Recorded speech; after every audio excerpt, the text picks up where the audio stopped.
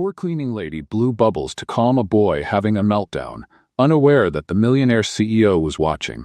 And what he did surprised the entire company. Before we get into the story, leave a comment telling us where you're watching from. And at the end, don't forget to rate this story from 0 to 10. Enjoy. Lily Carter froze in the hallway, still holding her cleaning bucket. Just a few feet away, she saw a boy sitting on the floor, hugging his knees, rocking back and forth. His eyes were wide, like he was seeing something no one else could. People backed away. No one said a word to him. "He's having another episode," a woman whispered on the phone. "Is the nanny here yet?" A manager murmured.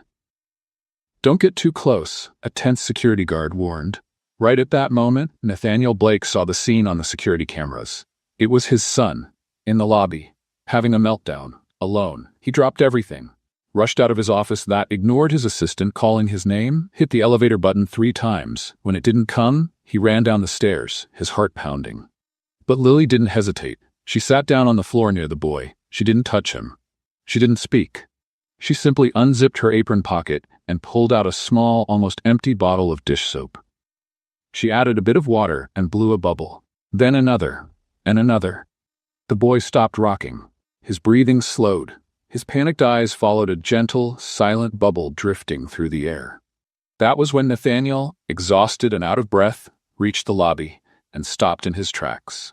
Right there in the center of the hall, his son was calm, sitting on the floor, quietly watching soap bubbles dance in the air, and in front of him, a woman he'd never seen before, wearing cleaning clothes, hair pinned up with a pen, blew another bubble with quiet focus.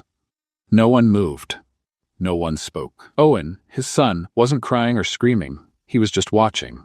Nathaniel blinked, stunned. He knew the signs of a full-blown meltdown, and he also knew how rare it was for one to stop without professional help. "Mr. Blake," a security guard whispered when he noticed him. Nathaniel raised a hand for silence. Lily, unaware of what was happening around her, stayed seated, blowing small bubbles, one at a time, as if each one had a purpose. Owen looked at her. His shoulders dropped. He reached out to touch a bubble. When it popped gently against his finger, he let out a tiny, almost silent laugh. Lily smiled too, only then realizing someone was behind her. She turned slowly and froze when she saw the company's CEO standing there, tall, serious, dressed in a perfect dark suit, intense eyes. Nathaniel stood just a few steps away, watching her with an unreadable expression. "I'm sorry," Lily said quickly, getting to her feet. "I thought he needed help. No one was doing anything and I didn't touch him. I just blew bubbles." Nathaniel looked at his son, then back at her. "He usually takes hours to calm down," he said quietly. "You did it in 2 minutes." "He calmed himself," Lily replied, adjusting her apron. "I just stayed nearby. Sometimes that's all it takes." Owen now looked at them both, curious. His eyes were still wet, but he seemed fully present. Nathaniel stepped closer, knelt down gently, and asked his son, "Are you okay now?" Owen nodded. "It was her," he whispered. "The bubble lady." Lily smiled. "Yep, that's my superpower. Bubbles and plungers. Works every time." Nathaniel stood slowly, eyes still on her. "You work here?" "As a cleaner, yes. Outsourced, morning shift. 3 months in, lots of coffee, no raise," she said, trying to hide her nerves with a bit of humor. "What's your name?" "Lily Carter." Nathaniel held out his hand. "Nathaniel Blake." "Yeah, I figured. Your face is on the walls, the security badges, the website, the elevators, pretty much everywhere but the toilet paper." He almost smiled. "I'd like to speak with you, Miss Carter. Would you come with me to my office?" Her eyes widened. "Look, I swear I didn't teach your kid magic or give him candy. It was just soap." Nathaniel gave a subtle nod to the security guard. Owen, seeing Lily walk away, reached out his hand and said, "Come back." She crouched down. "If you want more bubbles, I'll bring a lemon-scented one tomorrow, but only if you promise to smile more than once." The boy smiled. Nathaniel watched quietly. Once they were in the elevator, Lily took a deep breath. "Just curious. Am I getting fired?" "I haven't decided yet," Nathaniel replied as the doors closed. The elevator rose in complete silence. Lily watched the numbers blink. With every floor that passed, her anxiety grew. She had never gone higher than the 3rd floor, where the bathrooms she cleaned every morning were located. "Breathe, Lily," she muttered to herself, adjusting the strand of hair that had escaped her makeshift ponytail. When the doors opened on the 25th floor, she almost choked. Nathaniel Blake's office took up the entire floor. Floor-to-ceiling windows showed Chicago stretching all the way to the horizon. Dark wood furniture, expensive abstract paintings, and a silence that probably cost more than her yearly salary. "Please have a seat," Nathaniel said, pointing to one of the leather armchairs in front of his desk. Lily perched on the edge of the chair, as if ready to bolt at any moment. Her sweaty hands squeezed the cleaning rag she'd forgotten in her pocket. "Mr. Blake, I can explain. I know I shouldn't have gotten involved, but the boy was—" "Miss Carter," he interrupted, sitting down behind the desk. "Do you have children?" The question caught her off guard. "No, sir, I'm single. No kids, no boyfriend, no plants that last more than 2 weeks." Nathaniel almost smiled at her blunt honesty. "Owen, my son, is 7. He lost his mother 2 years ago in a car accident. Since then, he's had episodes of emotional instability, anxiety attacks, panic attacks. We've gone through 5 therapists, 3 specialized nannies, and 2 doctors. Nothing has worked like what you did today." Lily blinked, processing his words. "Sir, I just blew bubbles. It wasn't anything scientific." "Exactly," Nathaniel said, getting up and walking to the window. "The experts try to analyze, diagnose, medicate. You simply showed up." Lily shifted in the chair, uncomfortable. "Look, I'm sorry for your loss. It must be terrible for a child. But if you're thinking of promoting me to nanny, I'm not talking about a promotion," Nathaniel interrupted, turning to face her. "I'm talking about a different proposal." "What kind of proposal?" Nathaniel took a deep breath, like he was about to jump off a cliff. "I want you to spend a few hours a week with Owen. Not as a nanny, not as a therapist, just as you, the person who managed to calm him with soap bubbles." Lily laughed, a genuine laugh that echoed through the quiet office. "You're joking, right? You want me, a janitor who can barely take care of herself, to take care of your son? Not take care of him, just be with him." "Mr. Blake, with all due respect, that's the craziest idea I've ever heard. You don't even know me. I could be a terrible person. I could teach him bad words, let him eat candy for breakfast, or watch horror movies. Would you do that?" "Of course not. But you don't know that." Nathaniel stepped closer to the desk, resting his hands on the polished mahogany surface. "Miss Carter, I saw the way you looked at my son. There was no pity, no fear, no impatience. There was kindness. And for the first time in 2 years, I saw Owen smile. Really smile." Lily felt her chest tighten. She stood up from the chair and walked to the window. "You don't get it? I clean bathrooms at 5 in the morning. I live in a 1-bedroom apartment with 2 cockroaches I named Tom and Jerry. My idea of a fancy dinner is instant noodles with an egg. I have nothing in common with you." "Maybe that's exactly what Owen needs," Nathaniel murmured. Before Lily could answer, the office door burst open. Owen ran in, followed by a woman in a blue suit who looked frantic. "I'm sorry, Mr. Blake. He slipped away when I opened the car door," the woman said, clearly a nanny or assistant. Owen ignored everyone and ran straight to Lily. "Bubble lady, you came back." Lily knelt down automatically, meeting the boy's eyes. "Hey, champ, how are you?" "Better. Sarah said you were leaving forever. Is that true?" Lily glanced at Nathaniel over Owen's head. The CEO watched the exchange with an intense expression. "Well, your dad and I were just talking about that." "Dad," Owen turned to Nathaniel, eyes shining. "Can she stay, please? She makes bubbles and doesn't yell when I get sad." The silence that followed was heavy with emotion. Lily felt something stir in her chest, a feeling she hadn't had in a long time. "Owen," Nathaniel said softly, "Miss Lily has her job, and we can't." "I can come on Wednesdays and Saturdays," Lily interrupted, surprising herself. 2 hours each day. "But I have conditions." Nathaniel raised his eyebrows. "Conditions? First, no nannies watching me or giving me instructions. If you don't trust me, it's better not to start." "I agree," Nathaniel said right away. "Second condition, no cameras or recordings. Owen needs to feel free to be a kid, not part of some experiment." Nathaniel hesitated for a moment, then nodded. "Third, I'm not a therapist, psychologist, or expert. I'm just a regular person. If you're expecting miracles, you're going to be disappointed." "And the fourth condition?" Nathaniel asked. Lily smiled, looking at Owen. "If he doesn't want me around anymore, I'll leave. No drama, no explanations. It's always his decision." "I want you," Owen said right away. "I really do." Nathaniel walked over and held out his hand to Lily. "Then we have a deal, Miss Carter." Lily shook his hand, feeling how firm his grip was and the honesty in his eyes. "Just call me Lily. And for the record, I still think you're all a little crazy." Owen laughed and clapped his hands. Dad, she said she's just as crazy as we are. Nathaniel smiled, a real smile that completely changed his face. No, Owen, she said we're the crazy ones. She's the sensible one here. Oh, I don't know about that, Lily said, taking Owen's hand. A sensible person wouldn't agree to take care of a kid she just met. I think we've officially entered the realm of shared madness. And for the first time in a long while, the CEO office of Blake Tech was filled with the sound of laughter. The next day, Lily stopped in front of the most impressive residential building she had ever seen. 40 floors of glass and steel stretched up like a crystal tower in the heart of Chicago. The doorman, dressed in a uniform that probably cost more than her entire wardrobe, looked at her with suspicion. Good afternoon. I'm here to see Owen Blake, she said, trying to sound confident. Full name and ID, please. Lily Carter. And here's my ID, she replied, handing over a document that was a little worn. The doorman typed something into a sleek tablet, frowning. You're not on the guest list. Look, I know I look suspicious wearing a Monday outfit on a Wednesday, but Mr. Blake hired me to spend time with Owen. Kind of like a babysitter, but not exactly. One moment. After a few minutes of whispered phone calls and doubtful glances, Lily was finally allowed in. The private elevator to the top floor had golden buttons and mirrors everywhere. She saw her reflection repeating endlessly inside. I definitely don't belong here, she muttered to herself.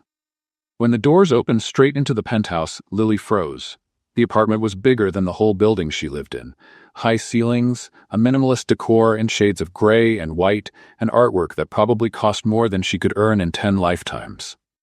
Wow, this place is like a museum, she said out loud without realizing it. You must be Lily. She turned to see an elegant, middle-aged woman with her hair in a perfect bun and a serious expression. I'm Margaret, the housekeeper. Mr. Blake had to step out for an emergency meeting, but Owen is in his room. Okay, and where's his room in this small city? Margaret pointed down a hallway that seemed to go on forever. Third door on the left. Be careful with the vacuum robot. It's motion sensitive. Lily walked down the hallway, admiring the paintings on the walls. Suddenly, a small round thing came out from behind a plant, making mechanical noises. She jumped back, stumbling over her own feet. What is that thing? She nearly yelled. The little robot stopped, made a few beeping sounds, and resumed its quiet cleaning. That's just Max, the vacuum robot, Owen said, appearing at his bedroom door with a shy smile. He doesn't bite. Hey, champ. Wow, you scared me. I thought it was some kind of alien or something, Lily said, still catching her breath. Owen laughed, a soft sound that echoed down the empty hallway. Want to see my room? Sure. Owen's room was the size of Lily's entire apartment. A race car-shaped bed, shelves full of color-coded books, and toys neatly arranged like a showroom. Everything was perfect. Everything was cold. Wow, Owen, your room is amazing. But where's the mess? Dirty socks on the floor? Toys everywhere? Margaret always puts everything back, he said with a shrug. I see. And do you like it that way? Owen paused, glancing around. Sometimes I wish it felt more like a real room. Lily sat on the bed and patted the spot next to her. Come here, let's talk about that. But first, she pulled a small bubble bottle out of her pocket. A promise is a promise, lemon-scented bubbles. Owen's eyes lit up. He sat beside her, and together they started blowing bubbles. Some small, some large and lazy, floating around the room. You know what's missing here? Lily asked. What? Music. Every room needs a soundtrack. She took out her phone and played a soft, gentle song. For the first time since she'd arrived, Owen let his shoulders relax. Now that's better, Lily said. How about we do something different? Like what? Let's have a picnic, right here, on the floor. But we don't have any food. Who says a picnic needs real food? Lily stood up and started pulling pillows off the bed, spreading them out on the rug. Make-believe picnics are way better. You get to choose whatever you want to eat. Owen joined in, sitting on the floor. I want chocolate pizza with French fry ice cream. Ew, that's disgustingly delicious, Lily laughed. I want a cloud sandwich with rainbow juice. They spent the next few minutes eating the most ridiculous things they could imagine, laughing at the crazy combos. Owen talked about school, about classmates who didn't understand why he sometimes felt sad for no reason. Lily listened closely, asking simple questions and offering hugs when he needed them. From the hallway, hidden behind a slightly open door, Nathaniel watched. He'd come back early from a meeting and found his son genuinely happy for the first time in months.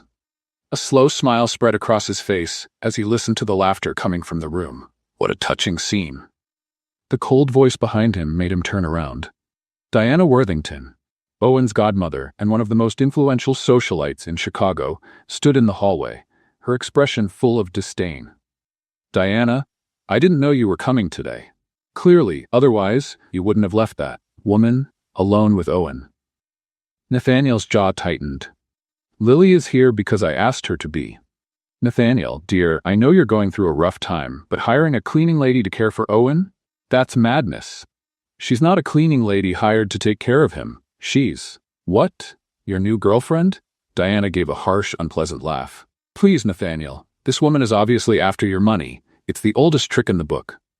Owen's laugh echoed down the hallway right then, clear and real. Nathaniel and Diana turned toward the bedroom door. Listen to that, Nathaniel said quietly.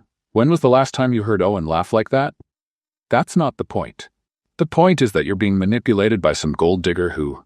Diana? Nathaniel's voice was dangerously calm. I suggest you leave. Now. Nathaniel Blake, you've completely lost your mind. Victoria must be rolling in her grave, seeing what you're doing with her son. The mention of his late wife hit him like a punch. Nathaniel clenched his fists, fighting the anger rising inside him. Get out of my house, now. Diana stared at him for a moment, then turned sharply and walked toward the elevator. This won't end well, Nathaniel.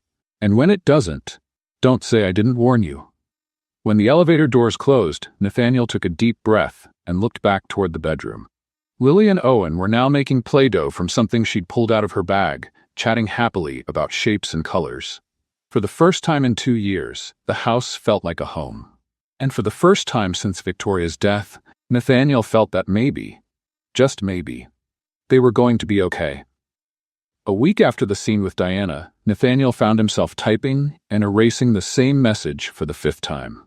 It was Friday afternoon, and he was in his office, trying to write a dinner invitation that didn't sound too formal or too casual. I'd like to invite you to dinner as a thank you for your work with Owen. He deleted it. Too businesslike.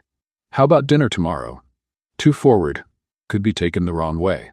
Owen and I would like to invite you to dinner. Not true. Owen didn't even know about the invite. Finally, he went with something simple. Lily, I'd like to invite you to dinner tomorrow at 8 p.m. as a thank you.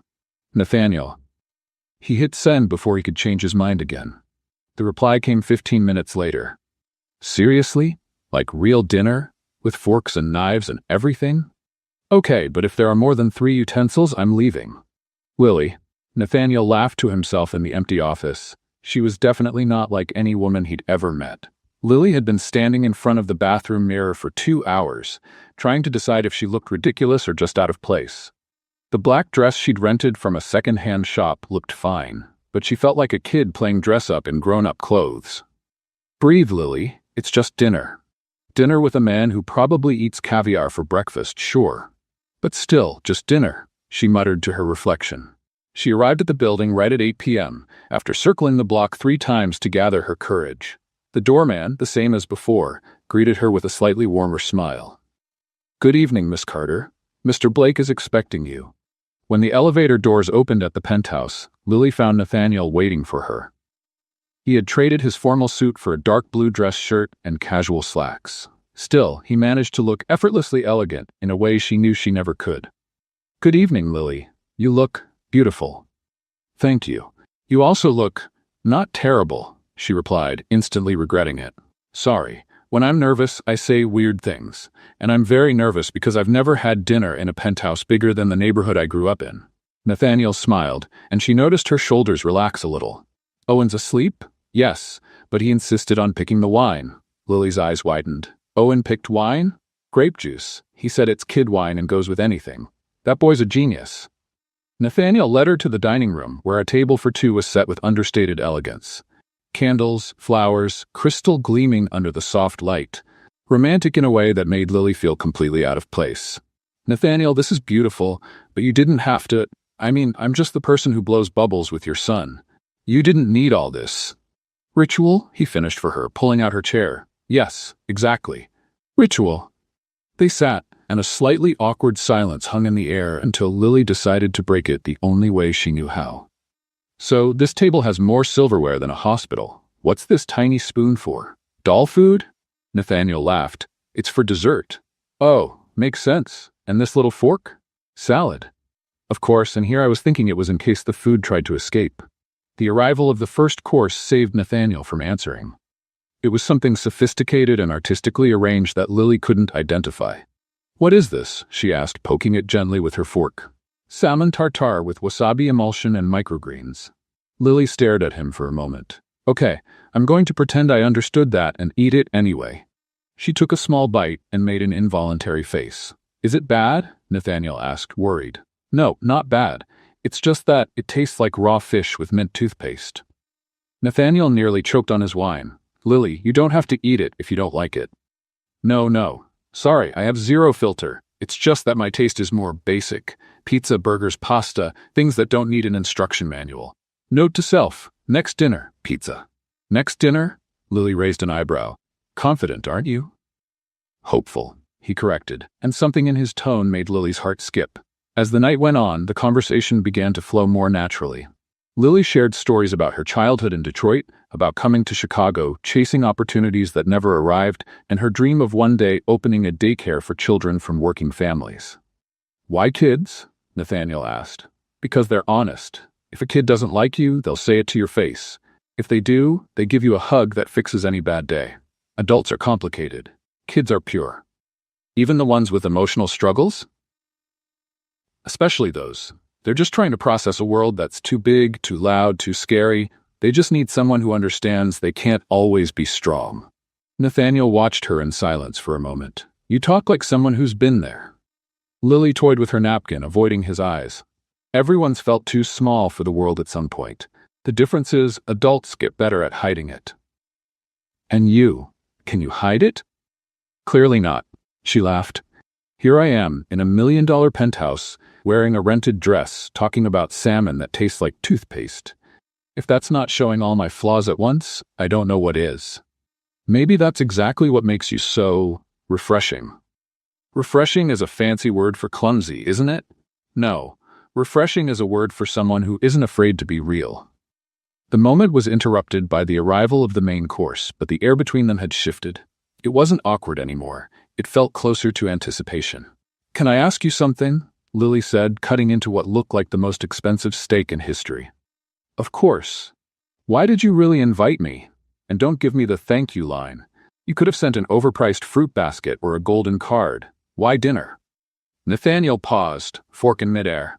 Honest answer? Always. Because for the past 2 weeks, Owen wakes up smiling on Thursdays, knowing you were here on Wednesday. Because he talks about you during breakfast and asks if he can call you when he has nightmares. And because, he paused, because it's been a long time since I met someone who makes me laugh without trying to impress me. Lily felt her face grow warm. Nathaniel. Dad. They both turned, surprised. Owen was standing at the entrance of the dining room, wearing the floral apron Lily had forgotten in the kitchen the week before. It hung huge on him, dragging on the floor, but he wore it proudly. Owen, you're supposed to be in bed, Nathaniel said, getting up. I was, but I woke up and saw the lights, and I smelled something good. Owen looked at Lily. Hi, Lily. Do you like my apron? It looks great on you, champ, but that's a cooking apron. Are you planning to make something? Yes. Owen clapped his hands, excited. I want to cook with you. You promised to teach me how to make cookies that don't burn. Lily looked at Nathaniel, who seemed torn between amusement and frustration. Owen, Lily and I are having dinner. Maybe tomorrow. But Dad, she's here now, and I can't sleep because I keep thinking about the cookies. Please? Owen. Nathaniel's voice carried a warning tone. It's okay, Lily cut in, standing up. How about this? We finish dinner quickly, and then we make cookies. Just a simple recipe. Something we can make with whatever's already in the kitchen. Really? Owen's eyes lit up. Nathaniel ran a hand through his hair, clearly frustrated by the interruption, but unable to say no to something that made his son so happy. All right, but first, go back to your room, brush your teeth, and put on your pajamas. And after we make the cookies, straight to bed. No arguments. Promise. Owen ran off, the apron trailing behind him like a superhero cape. When they were alone again, Nathaniel sank into his seat. Sorry, he was just too excited to sleep in. Nathaniel, it's fine. Actually, it's kind of sweet. Sweet, he just interrupted our dinner to ask for cookies. So what? Lily smiled. Dinner was great, but making cookies with Owen at 10 o'clock on a Friday night? That's the kind of memory that lasts. Nathaniel looked at her like she was a puzzle he couldn't quite figure out. You really don't mind? Nathaniel, I spent the last 2 years cleaning office bathrooms at 5 in the morning. Making cookies with an excited kid in a beautiful apartment? That's like winning the lottery. Then he smiled, a slow, genuine smile that completely changed his face. You're something else, Lily Carter. No, I just have different priorities. Owen came back in, now in pajamas, but still wearing the apron. I'm ready. Let's make the best cookies in the world. And as the three of them walked toward the kitchen, Nathaniel realized that, for the first time in a very long time, his house was full of laughter, mess, and life. Just the way it should be. On Monday morning, Lily was having breakfast when her phone lit up with notifications. Message after message, call after call. She frowned and picked it up. The first message was from a coworker. Lily, did you see the news? You're on every site. Her heart pounding, she opened her browser and typed in her name. What she found made her choke on her coffee. Millionaire CEO caught having romantic dinner with cleaning lady. Modern Cinderella, employee wins over billionaire boss. Blake Tech in crisis, CEO involved with staff member. The photos were everywhere. Someone had snapped shots of her entering Nathaniel's building the previous Saturday. The pictures showed her in the rented dress, clearly nervous, with the doorman watching her. The most hurtful headline read, From mop bucket to the altar, a perfectly planned strategy? Lily's stomach turned. She quickly opened her social media and found a flood of nasty comments. She obviously planned this. Who believes in coincidence? Poor guy. Lost his wife and now being played by a gold digger. Someone tell him this isn't a Disney movie. In real life, Cinderella just wants the cash. Pathetic. A cleaning lady thinking she's good enough for a CEO. Each comment hit like a punch to the gut. Lily dropped her phone on the table and buried her face in her hands. Tears of humiliation and anger stung her eyes. The phone rang. It was Nathaniel. Lily, are you okay? I saw the news and... I'm fine, she lied, trying to steady her voice. Never better. I always dreamed of being a national joke. Lily, don't listen to those people. They don't know you. But they know you. They know how much you're worth, and they know I'm nobody. You're not nobody. You're... Nathaniel, stop, please. Lily took a deep breath. I think it's better if I stop coming by. Owen will be fine. He doesn't need me. Lily, don't do this. Owen does need you. We need you. No, you need someone who doesn't end up in the gossip columns. Someone who won't embarrass you. You've never embarrassed us. Nathaniel. Her voice broke. I have to go. Take good care of Owen. She hung up before he could say anything and immediately blocked the number. It was better this way. For everyone. The following Wednesday, Owen waited for 2 hours, sitting by his bedroom window, watching the street. Where's Lily? He asked for the 10th time. She can't come today, buddy, Nathaniel answered, trying to sound casual. But it's Wednesday. She always comes on Wednesdays. Sometimes people get busy. Owen didn't say anything, but Nathaniel noticed he barely touched his lunch. Or dinner. On Thursday, Owen woke up asking if Lily was coming on Saturday. When Nathaniel said he didn't know, the boy quietly went back to his room and shut the door. On Saturday, Owen refused to get out of bed. I'm sick, he muttered, pulling the blanket over his head. Where does it hurt? My chest, and my stomach, and my head. Nathaniel knew exactly what it was. He felt the same pain. The following Monday, Owen didn't want to go to school. On Tuesday, he broke down crying at the dinner table. On Wednesday, Nathaniel found him sitting on the bedroom floor, blowing bubbles alone, tears running down his face. Owen, what's going on? Lily left me, the boy whispered, just like Mommy did. The words hit Nathaniel like a knife to the heart. He knelt beside his son. Lily didn't leave you. She's just going through a tough time. Why does everyone I love leave? Nathaniel had no answer. He just pulled Owen into a tight hug and made a decision. Something had to change. Thursday night, Nathaniel stood in front of a small, modest apartment building on the outskirts of Chicago. It had taken him 3 days to track down Lily's address, and now that he was there, he wasn't sure what to say. He climbed to the 3rd floor and knocked on the door of apartment 3B. Lily opened it and froze when she saw him. She was wearing an old college t-shirt and faded sweatpants. Her hair was down around her shoulders, and she wasn't wearing any makeup. Nathaniel thought she had never looked more beautiful. Nathaniel? How did you find my address? I have my ways. Can I come in? Lily hesitated, then stepped aside. The apartment was tiny but cozy. One room served as both living room and bedroom. The kitchen was no bigger than a closet. Plants filled the windowsills, and books were scattered on makeshift shelves. It's small, she said defensively. It's warm, he replied, looking around. The walls were covered in children's drawings, clearly done by kids from the building. Do you teach art? Informally. For the neighborhood kids. It's nothing official. Nathaniel turned to face her. Owen's not eating. Lily's chest tightened. He'll be okay. Kids are resilient. He had a meltdown yesterday, said everyone he loves leaves him. Lily's eyes filled with tears. Nathaniel, you don't understand. I've become a joke. People who've never even met me are talking about my life, my character, my intentions. They say I'm a gold digger, that I'm using Owen to get to you. And you care what strangers think? I care what that does to you too, she said, her voice rising. Owen doesn't deserve a mother figure who's the punchline of a scandal. You don't deserve to have your name dragged through the mud because of me. Lily, Nathaniel stepped closer. Do you really think I care more about my reputation than my son's happiness? You should care. You run a company. You have employees, responsibilities. And I have a son who hasn't smiled in a week. A son who asks every day where his Lily is. A son who believes everyone he loves eventually leaves him. Lily covered her face with her hands. I didn't mean to hurt him. I thought it would be better this way. Better for who? For the people spreading lies online, or for the three of us who were happy together? Nathaniel. Lily, look at me. She lifted her eyes, meeting his intense gaze. Owen needs you, and I. He paused. I need you too. You need someone who doesn't bring drama. I need you. Exactly as you are. With your honesty, your spark, and the way you make an ordinary Tuesday feel special. The tears finally spilled down Lily's cheeks. And what if they don't stop? What if they keep talking, keep judging? Then let them talk. People who know me already know who I am, and the people who matter will meet you and see what I see. What do you see? Nathaniel smiled, wiping a tear from her cheek with his thumb.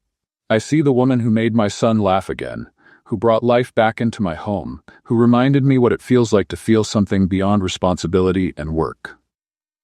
Lily glanced around her tiny apartment, then back at him. Are you sure? Because once I come back, I'm not running away again, no matter what anyone says. I'm sure. And Owen? He's not mad at me? He drew a picture for you. It's been on his fridge for a week, waiting for you to come get it. Lily laughed through her tears.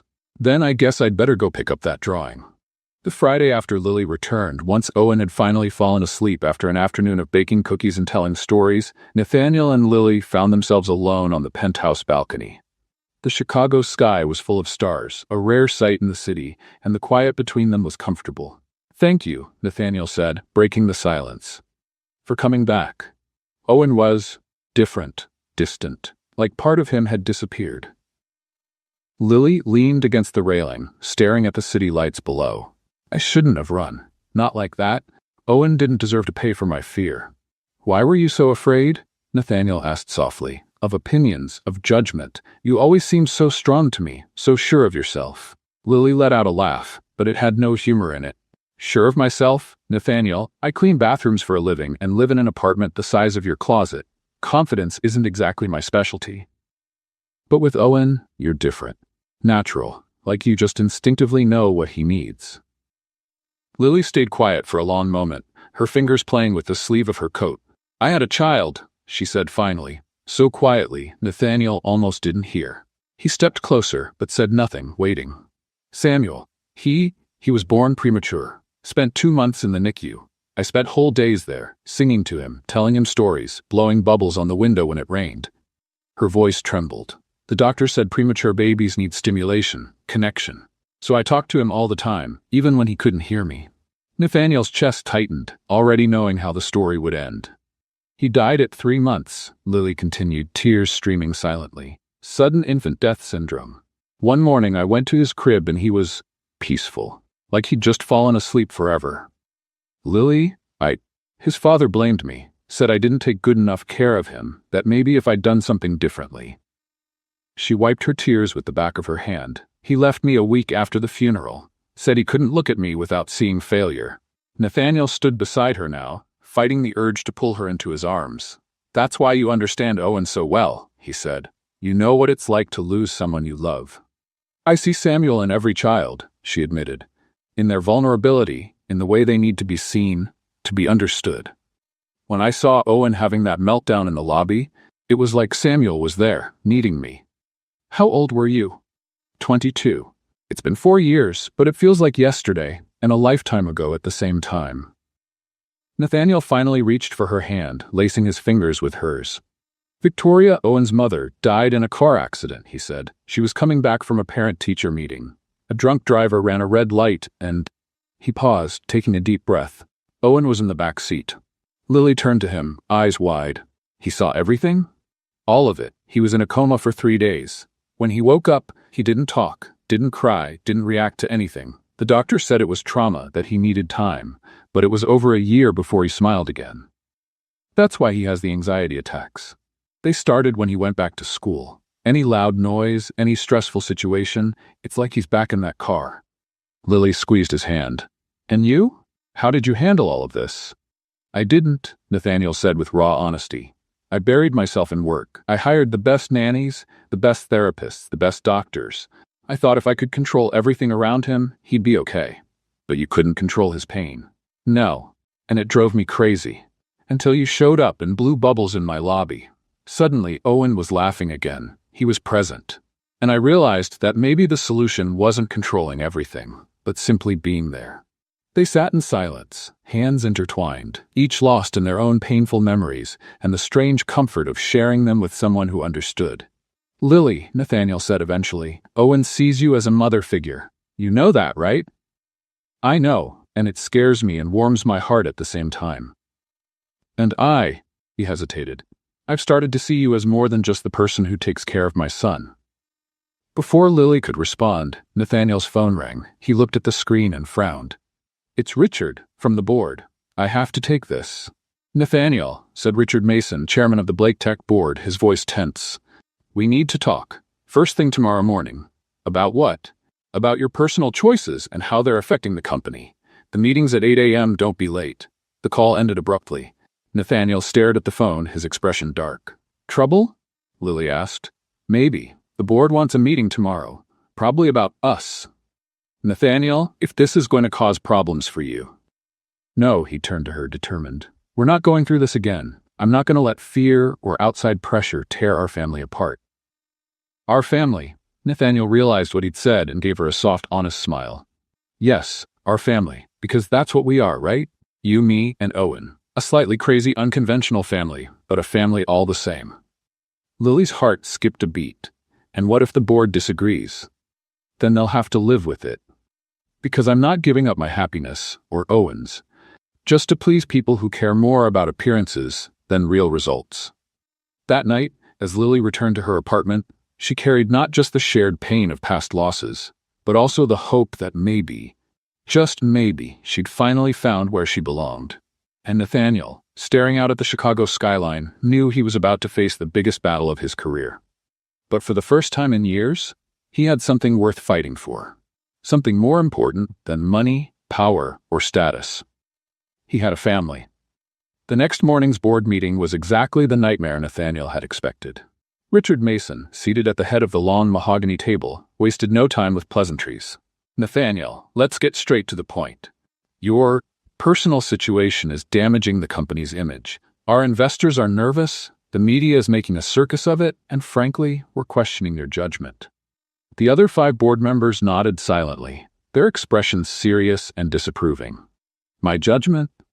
Nathaniel kept his voice steady, though his fists were clenched beneath the table. "The company just had its best quarter ever. Our products are changing the landscape of assistive technology. In what way is my judgment in question?" "In the sense that you're romantically involved with an employee," said Margaret Winters, the only woman on the board. "And not just any employee, a member of the cleaning staff. That raises serious legal and ethical concerns." "Lily no longer works for the company. She resigned last week." "How convenient," Richard muttered. "Nathaniel, be reasonable. You have responsibilities. To the company, to the shareholders, and to your own reputation. This woman is not a suitable match for someone in your position." "Suitable according to who?" According to reality, said Harold Peterson, the oldest member of the board. You're the CEO of a multi-billion-dollar corporation. She cleaned bathrooms. That's not prejudice, that's common sense. Nathaniel stood slowly, anger simmering beneath the surface. Let me make this clear. My personal life is not up for debate in this room. As long as I continue to deliver outstanding results for this company. But what if you don't? Richard interrupted. What if this distraction starts affecting your performance? Nathaniel, we're offering a solution. End this relationship and everything goes back to normal. And if I refuse? The silence that followed said everything. Then we'll have to consider other options, Richard finally said. For the good of the company. 2 hours later, Nathaniel stood outside Lily's apartment, his heart heavy. She opened the door with a smile that vanished the moment she saw his face. What happened at the meeting? Can I come in? They sat on Lily's small couch, and Nathaniel told her everything. Every bitter word, every thinly veiled threat, every ultimatum disguised as advice. So that's it, Lily said when he finished. They want you to choose between me and your company. Lily, Nathaniel, you don't even need to think about it. The answer's obvious. It is? Of course it is, she said, getting up and walking to the window. You built that company from the ground up. It's your legacy, your dream. You have hundreds of employees who count on you. You can't throw all that away because of this. Because of this. Nathaniel stood up too. You're talking about our relationship like it's something disposable. It's not disposable, but it's also not more important than everything you've worked for your whole life. Lily, you don't understand. That company means nothing to me anymore if I don't have you and Owen to share the success with. You'll still have Owen. Owen needs you. We both do. Lily turned to face him, tears in her eyes. And I need you too, both of you, more than you can imagine. But sometimes loving someone means letting them go so they can be happy. You think I'd be happy without you? Before she could answer, loud knocking at the door interrupted them. Lily opened it and gasped when she saw Owen standing there out of breath and crying. Owen, oh my God, how did you get here? I ran away, he said, throwing himself into her arms. Margaret said Daddy was here and you were going to break up forever. I don't want that. I don't want to lose you too. Lily hugged him tightly, looking at Nathaniel in shock. How did he get here by himself? Taxi? Owen sniffled. I told the driver it was an emergency and gave him the address from Dad's desk. Owen, you can't just leave the house like that. Nathaniel knelt beside them. I was going out of my mind looking for you. I'm sorry, Dad, but I heard Margaret on the phone. She said you were going to have to choose between the company and Lily, and I was scared you'd choose the company. Lily and Nathaniel exchanged a look over Owen's head. And would you? Owen asked, looking up at his father with wide, tearful eyes. Nathaniel sat down on the floor, pulling both Owen and Lily close. Owen, can I tell you a secret? The boy nodded. I've already made my decision, and you two are more important than any company in the world. Nathaniel? Lily whispered. No. Let me finish, he said, looking into her eyes. These last few months, you two reminded me of who I really am. Not just a CEO. A father. A man who wants to build something that actually matters. But your company? It'll still exist, but not like it does now. Nathaniel smiled, a new idea taking shape in his mind. Lily, remember when you told me about your dream to open a daycare? Yes, but what if we did something bigger? Much bigger? Owen looked back and forth between them, confused but hopeful. What are you talking about? I'm talking about turning half of Blake Tech into a foundation focused on emotional inclusion.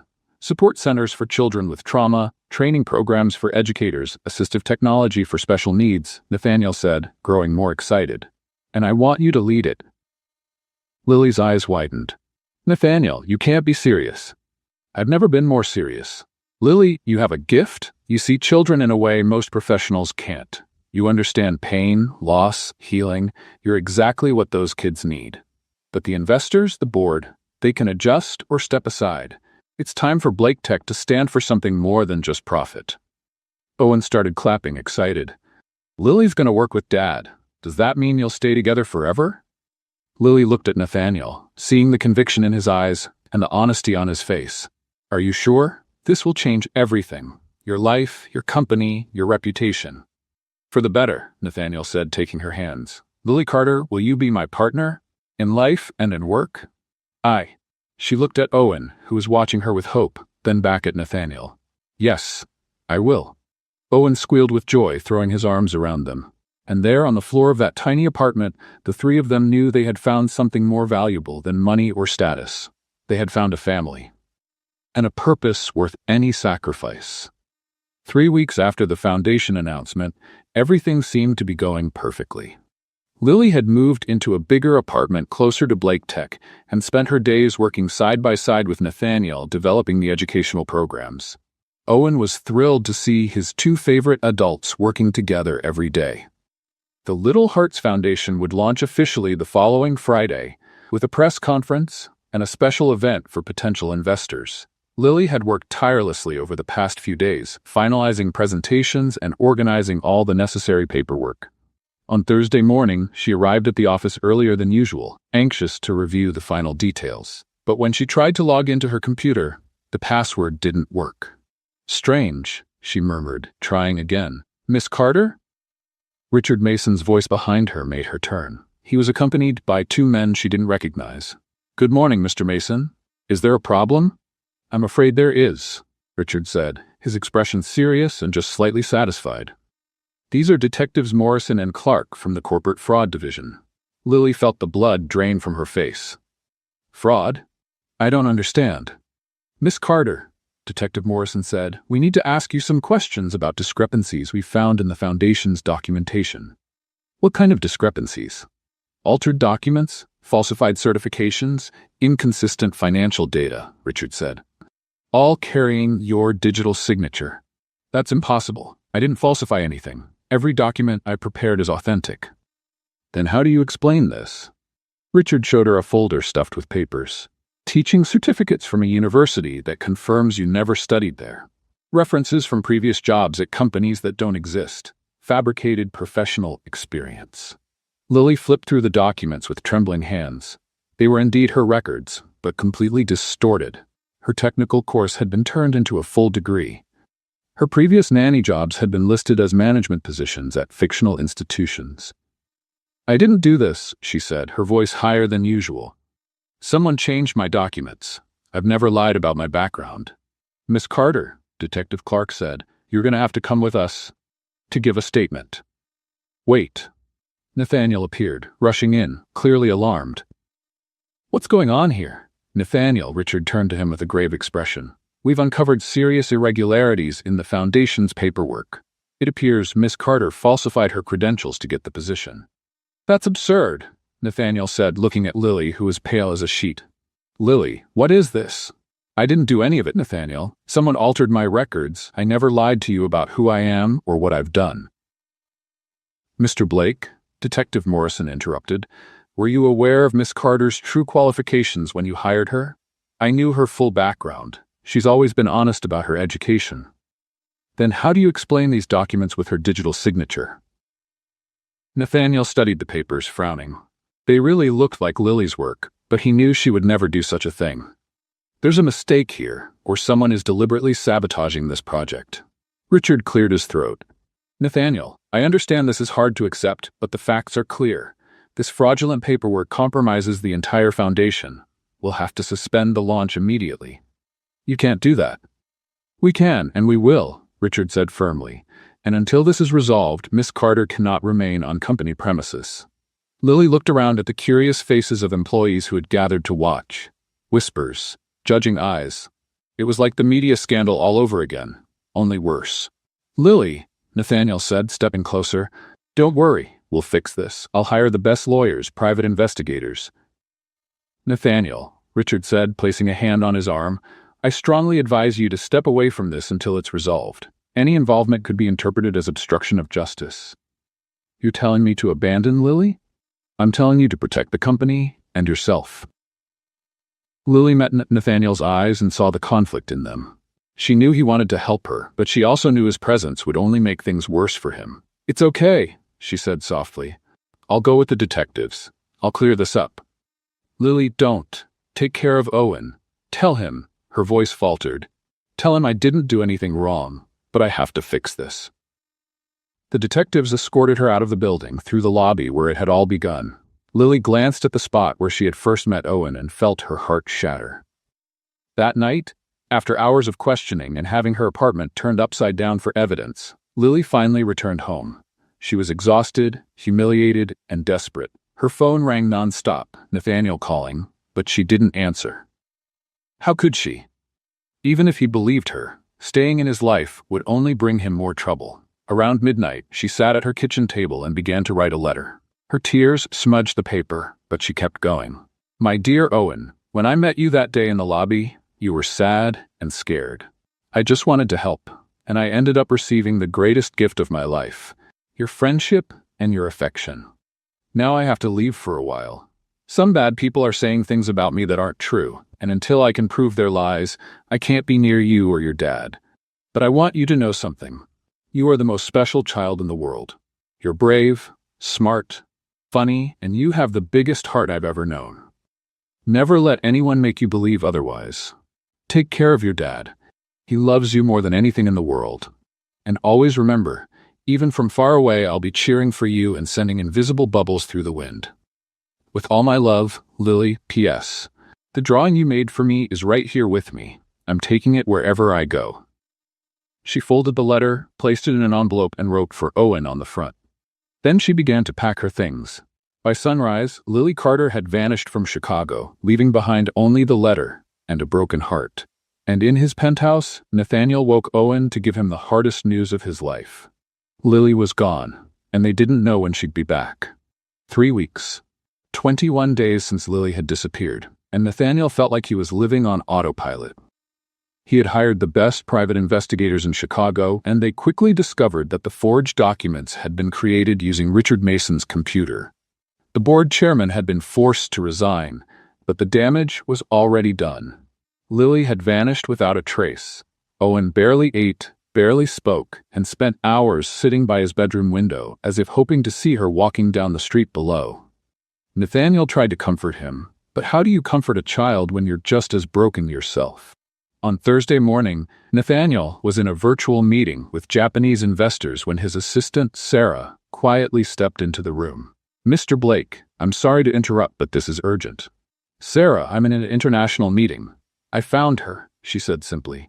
Nathaniel nearly dropped his coffee cup. What? Lily? I found her. She's volunteering at a public school in Detroit. One of the investigators we hired tracked her through volunteer records. Nathaniel looked at the screen where 12 Japanese executives were waiting for him to finalize a $50 million deal. Gentlemen, he said in English. Then turned to Sarah and added in Portuguese, please translate this. I need to reschedule our meeting. A family emergency has come up. But Mr. Blake, one of the executives protested, we've been working on this contract for months, and will continue. But right now, I can't. Thank you for understanding. He closed the laptop and stood up. Sarah, get the jet ready. We're going to Detroit now. And Owen? Owen's coming with us, actually. Nathaniel smiled for the first time in weeks. I have a feeling he'll want to be there when I make the most important pitch of my life. Lincoln Elementary School was in a modest Detroit neighborhood, a red brick building surrounded by a simple but well-kept playground. Nathaniel parked the rental car outside and looked at Owen in the back seat. Ready, champ? Owen was holding a small canvas wrapped in gift paper, something he had made over the past few weeks. Ready, Dad. But what if she doesn't want to see us? Then we'll keep trying until she changes her mind. They walked into the school, following the sound of children's laughter down the hall to a classroom at the end. Through the small window in the door, Nathaniel saw Lily sitting on the floor, surrounded by about 15 children of different ages. She was helping them paint, and her face had a peaceful expression he hadn't seen in a long time. She wore an old t-shirt stained with paint, her hair was in a messy bun, and she was smiling as a little girl proudly showed her a colorful drawing of a house. That's her, Owen whispered excitedly. Nathaniel gently knocked on the door. Lily looked up and froze when she saw them. Her cheeks turned red, and she stood up quickly. Sorry, kids, we have visitors, she said, trying to keep her voice steady. Hi, everyone, Nathaniel said as he stepped into the room. I'm Nathaniel, and this is Owen. We came to speak with Miss Lily. Are you Miss Lily's boyfriend? Asked a boy of about 7, as direct as only children can be. Nathaniel looked at Lily, who seemed like she wanted the floor to swallow her up. Well, it's complicated, he replied. Oh, like my parents, a little girl said.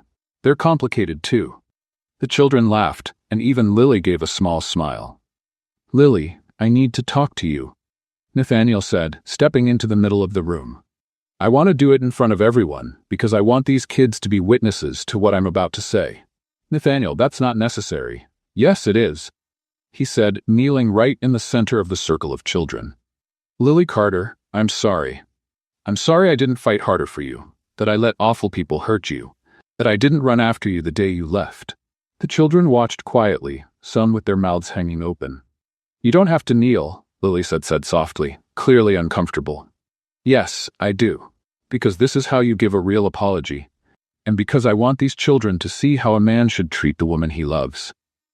A chorus of ahs echoed around the room. Nathaniel, Lily, I found out who forged the documents. Richard was arrested yesterday. Your name is completely cleared. The foundation is waiting for you.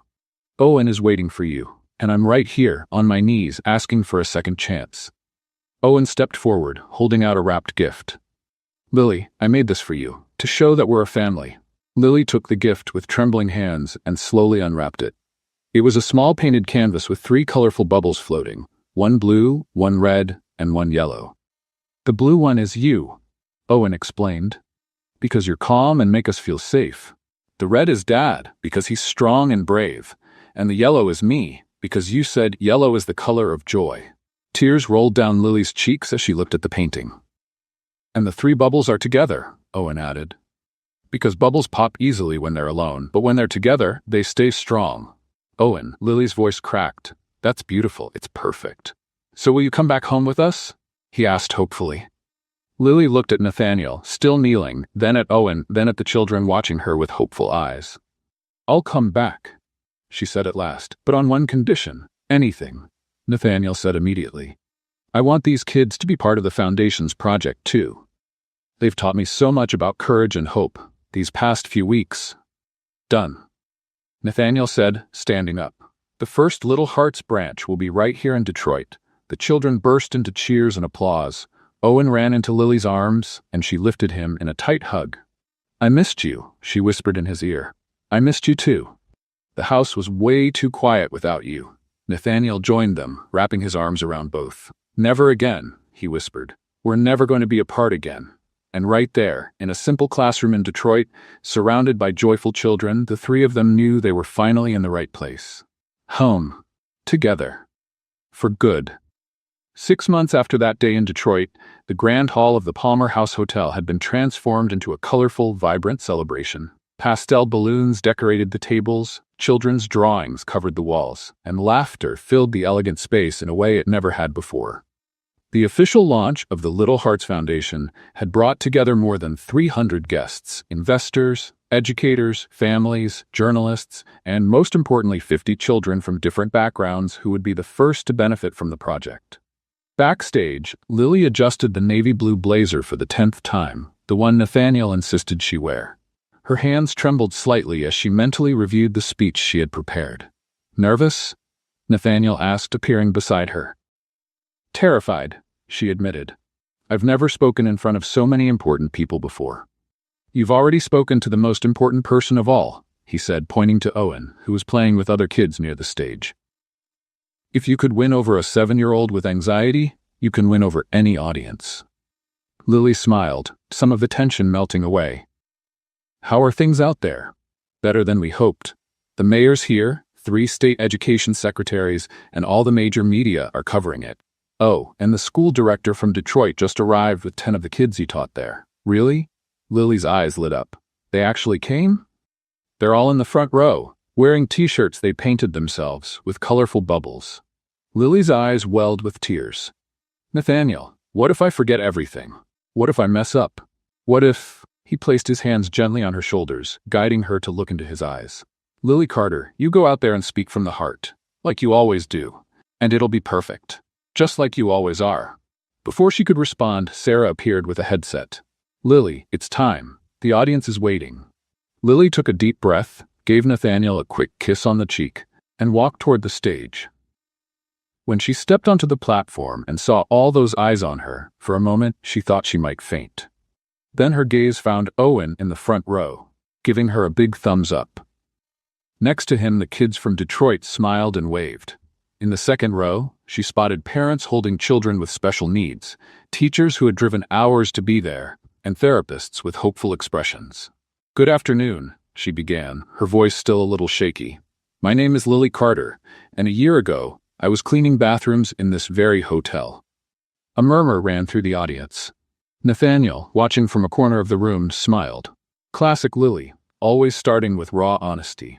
"I'm not here today because I have impressive degrees or years of experience in special education. I'm here because one day, a little boy was having an emotional meltdown in a building lobby, and I did the only thing I knew how to do. I sat on the floor and blew bubbles." The children in the audience giggled, recognizing the simplicity of the gesture. The Little Hearts Foundation was born from that experience, from the discovery that sometimes, to help a child, we don't need complex techniques or expensive equipment. We just need to be present. We need to see every child as unique, special, and capable. Lily glanced at her notes but realized she didn't need them. The words flowed naturally. Our children, and when I say our, I mean every child we meet along the way, don't need to be fixed. They need to be understood. They don't need to be over-medicated. They need to be embraced. They don't need to fit a mold. They need to be celebrated. The room had gone completely silent, every ear tuned to her voice. The Little Hearts Foundation will work with 3 pillars: emotional support centers in public schools, training educators to recognize and welcome differences, and developing affordable assistive technologies. But our main goal is simple. We want every child to feel seen, heard, and loved. Applause began to ripple through the hall. "I lost a child," Lily continued, her voice breaking but steady. "And for a long time, I thought I would never be able to love another child without fearing I'd lose them. But Owen Blake taught me that love isn't about possession or control. It's about presence. It's about being there, with soap bubbles if necessary, when the world feels too big for a little heart." Nathaniel discreetly wiped away a tear, too proud to care who noticed. "So today, we're not just launching a foundation. We're starting a quiet revolution. A revolution that says every child matters. That every difference is a gift. That every little heart deserves a gentle world." The standing ovation was immediate and thunderous. People rose to their feet, clapping, some discreetly wiping their own tears. The Detroit kids cheered, Miss Lily, and clapped with excitement. Lily thanked everyone, stepped off the stage, and was immediately surrounded by people wanting to congratulate her, ask questions, and offer support for the project. But in the middle of the crowd, she saw Owen making his way toward her with purpose. "Excuse me," he said politely to the adults around her. "I need to talk to Lily." The crowd smiled and stepped aside, letting the boy through. "Owen, did you hear my speech?" "I did. It was beautiful. But now I have a very important question." "Of course, champ. What is it?" Owen glanced around, saw he had everyone's attention, grabbed the microphone still on the stage stand, and climbed onto a chair. "Hi, everybody," his voice echoed through the hall. "I'm Owen Blake, and this is Lily." Loving laughter filled the room. "A year ago, my mom went to heaven in an accident, and I was really sad for a long time.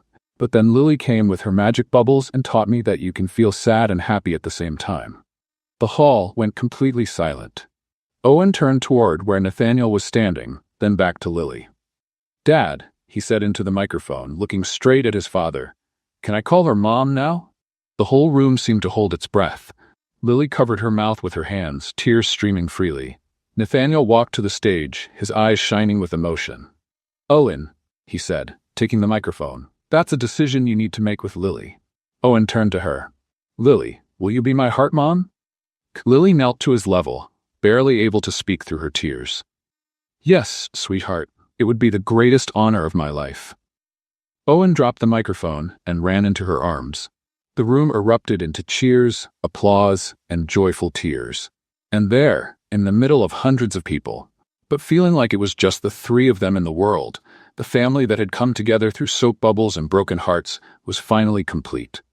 2 weeks after the foundation's launch, Lily was going over the final details of the support centers when Nathaniel walked into her office with a strange look on his face.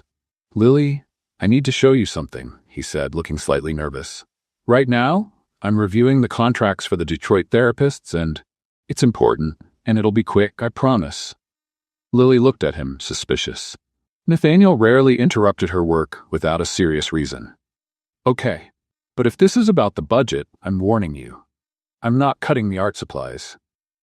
It's not about the budget, he said with a smile, holding out his hand. Come with me. They walked through the halls of Blake Tech, but instead of going up to the executive floors, Nathaniel led her down toward the basement. Nathaniel, where are we going? Lily asked as they went down the service stairs. You'll see. When they reached the lowest floor, Lily recognized the place right away. The supply room where she had worked for 3 months before meeting Owen. Why did you bring me here? Because this is where it all started, Nathaniel said, opening the door to the little closet where she used to store her cleaning supplies. This bottle of dish soap is where you got the bubbles that changed our lives. Lily stepped into the tiny room, remembering those early days.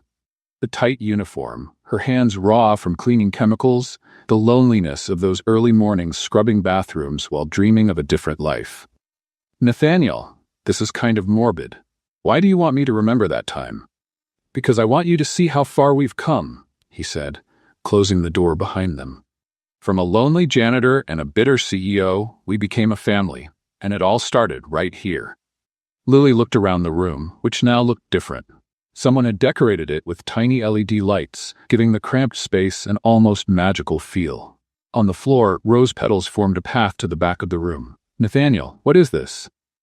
Lily Carter. He stepped closer, his eyes shining in the soft light. A year ago you told me you didn't need titles. That being Owen's heart mom was enough.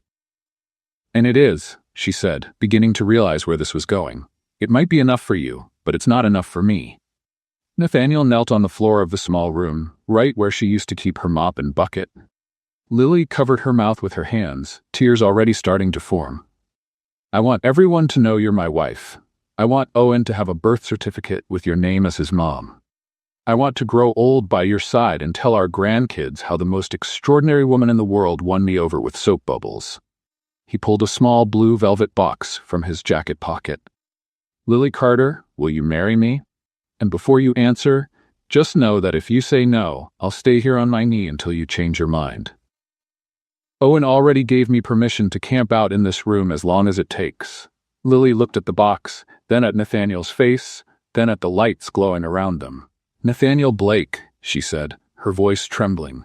You are completely out of your mind. Who proposes in a supply closet? Someone who wants to show the woman he loves that it doesn't matter where we are, as long as we're together. That was ridiculously romantic, she laughed through tears. And bang!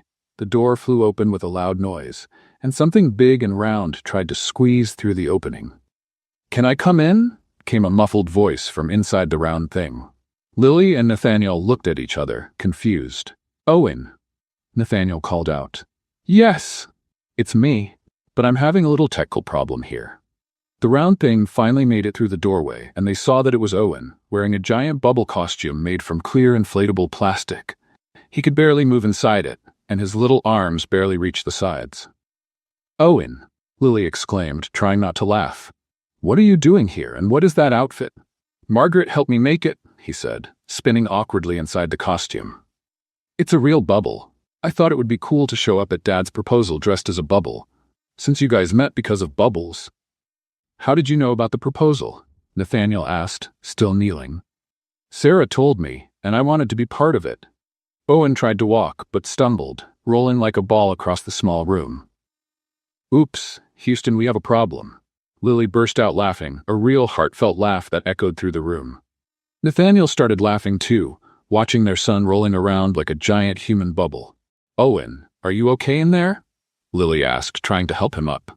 I'm great, a little dizzy, but great. So, Lily, are you going to marry Dad or not? Because these rose petals are tickling my nose and I think I'm going to sneeze. Lily looked at Nathaniel, still on one knee with the ring box in hand, then back at Owen, who looked like a walking soap bubble, and realized this was exactly the kind of crazy family she'd always wanted. Nathaniel Blake, she said, extending her left hand. Yes, I'll marry you, but only if Owen promises to wear that costume at the wedding. Really? Owen shouted, trying to jump for joy and nearly falling again. Really? Nathaniel laughed, sliding the ring onto her finger.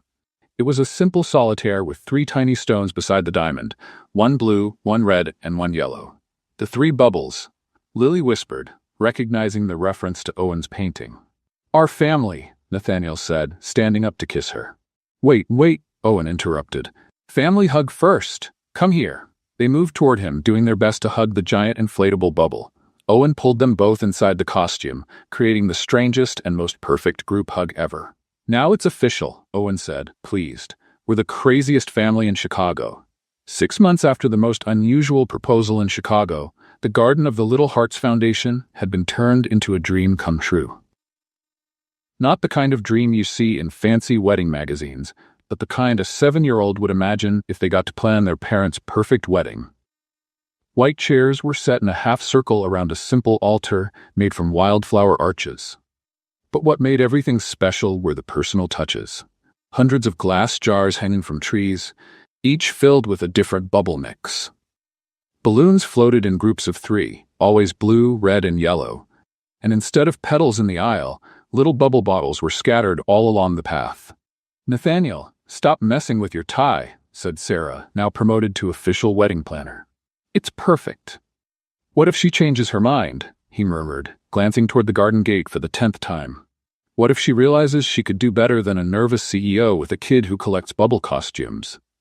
Dad, Owen said, suddenly appearing at his side, wearing a tiny tuxedo and carrying the most important accessory of the day, a special belt holding 12 different bottles of bubble mix. Lily's not going to run, she promised, and Lily always keeps her promises. You're right, champ. Ready to be the official bubble bearer? Born ready. Owen tested one bottle, blowing a perfect bubble that floated over the guests' chairs. The 100 guests were a one-of-a-kind mix you'd only see at Lily and Nathaniel's wedding. Executives from Blake Tech sat next to school kids from Detroit who had traveled just to be there. Margaret, the housekeeper, was seated beside Tom, the doorman from Lily's building. Families helped by the foundation filled the front rows, and some of the kids were already playing quietly with the bubble bottles on the lawn. The music began. Not the traditional wedding march, but Somewhere Over the Rainbow, played by a string quartet. It was the lullaby Lily used to hum to Owen when he had nightmares. Everyone turned toward the garden gate, and there she was. Lily Carter walked down the aisle wearing a simple knee-length white crepe dress with 3/4 sleeves and a modest neckline. No veil, no long train. But what made everyone smile were her shoes, white canvas sneakers with colorful laces hand-painted by Owen himself. She held a small bouquet of white daisies tied with blue, red, and yellow ribbons. But what stood out the most was the bright smile on her face as she made her way down the aisle, stopping now and then to blow bubbles from the jars along the path. "Oh my goodness," whispered one of the foundation moms, "she looks beautiful." "And completely herself," added another, clearly moved. Nathaniel felt his eyes well up as he watched her walk toward him. It wasn't the dress or the setting that got to him, it was how effortlessly Lily turned every moment into something special and true. When she reached the altar, Owen ran to hug her. "Lily, you really came." "Of course I did, sweetheart. I wouldn't miss this for anything in the world."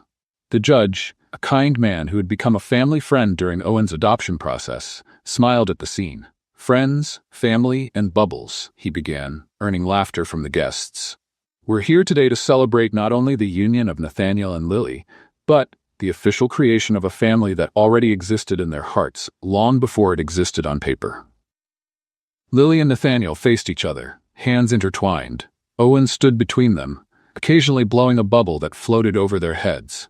"Nathaniel," the judge said, "would you like to read your vows?" Nathaniel pulled a piece of paper from his pocket, then folded it again. "Lily," he said, looking straight into her eyes. "A year ago, I was a man who had forgotten how to smile.